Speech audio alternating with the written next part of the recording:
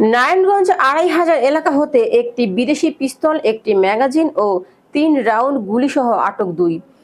Rapid action battalion RAB প্রতিষ্ঠাকালীন সময় থেকেই দেশের সার্বিক আইন শৃঙ্খলা পরিস্থিতি নিয়ন্ত্রণ রাখার লক্ষ্যে সব ধরনের অপরাধীকে আইনের আওতায় নিয়ে আসার ক্ষেত্রে অগ্রণী ভূমিকা পালন করে আসছে। র্যাব নিয়মিত সন্ত্রাসী, সংঘবদ্ধ অপরাধী, অস্ত্রধারী অপরাধী, ছিনতাইকারী সহ মাদকের বিরুদ্ধে অভিযান চালিয়ে আসছে।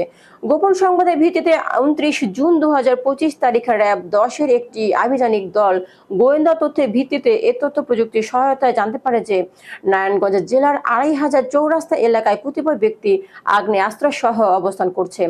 এর ধারাবাহিকতায় ২৯ জুন ২০২৫ তারিখ আনুমানিক ৪ ঘটিকায় র্যাব ১০-এর উক্ত আভিযানিক দল নারায়ণগঞ্জ জেলার ২৫০০ চৌরাস্তা এলাকায় একটি অভিযান পরিচালনা করে। উক্ত অভিযানে একটি বিদেশি পিস্তল, একটি ম্যাগাজিন, ৩ রাউন্ড গুলিসহ অস্ত্রধারী সন্ত্রাসী আটক করেন। আটককৃতরা হল মোহাম্মদ তরিকুল হোসেন, মোহাম্মদ সজীব ও মোহাম্মদ সুজন। গ্রেফতারকৃত আসামি মোহাম্মদ সজীব সুজন এর বিরুদ্ধে নারায়ণগঞ্জের রূপগঞ্জ থানার মাদকের মামলা রয়েছে এবং উল্লেখিত মামলায় সে ইতোপূর্বে গ্রেফতার হয়েছিল। গ্রেফতারকৃত ব্যক্তিরা পেশাদার অবৈধ অস্ত্রধারী সন্ত্রাসী ও চাঁদাবাজ।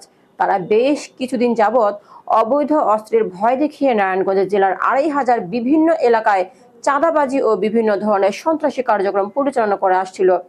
উদ্ধারকৃত আলামত ও গ্রেফতারকৃত ব্যক্তিদ্বয়ের বিরুদ্ধে সংশ্লিষ্ট থানায় মামলা রুজুর কার্যক্রম প্রক্রিয়াধীন রয়েছে।